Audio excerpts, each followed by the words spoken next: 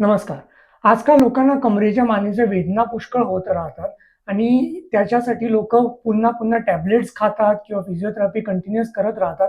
त्यांना त्याच्यापासून आराम भेटत नाही. सो आराम न भेटल्यामुळे तर त्यांना वाटतं, की हे प्रॉब्लेम फक्त सर्जरीने सॉल्व्ह होऊ शकतं. कारण डॉक्टर त्यांना सांगतात, की ही ज्या वेदना आहेत, पायात, हातात ज्या वेदना होतात, कमरेत ज्या वेदना होतात, या वेदना सर्व त्यांच्या स्लिप डिस्कमुळे ती नस दबली जाते आणि त्याच्यामुळे होतात.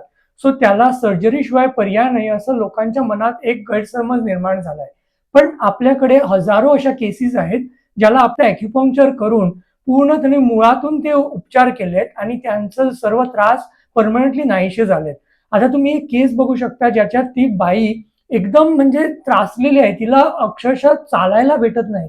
तिला उचलून आणावे लागते, एवढ्या तिला वेदना होतात आणि त्या वेदनेचं कारण म्हणजे तिचा फक्त स्लिप डिस्क नव्हे, तर पूर्ण कणा सरकलेला आहे आणि त्या कणा सरकून त्यांना एवढ्याच वेदना होतात, की त्याला सर्जरी सुद्धा शक्य होत नाही.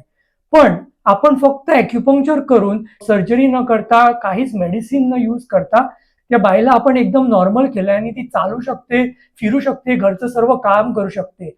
सो त्याच्यामुळे आपल्याला हे समजतं, की फक्त कणा ठीक केला, तर स्लिप डिस्क ठीक केला तरच व्याधी ठीक होईल असं नाही.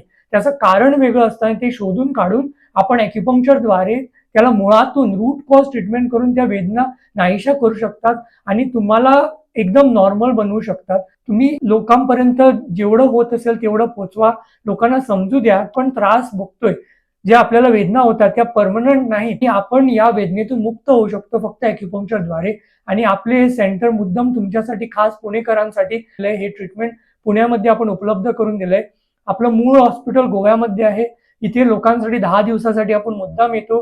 म्हणजे लोकांना इथे जे त्रासात असतो, ज्या त्रासात ते कामं करतात आणि त्याच्यामुळे त्यांना ते वेदनेतून तसंच काम करावं लागतं. ते दूर करण्यासाठी आपण स्पेशली पुण्यामध्ये आलोय. तुमच्यासाठी हे ट्रीटमेंट घेऊन आलोय. त्याचा तुम्ही लाभ घ्या आणि मुद्दाम आपल्याला व्हिजिट करा.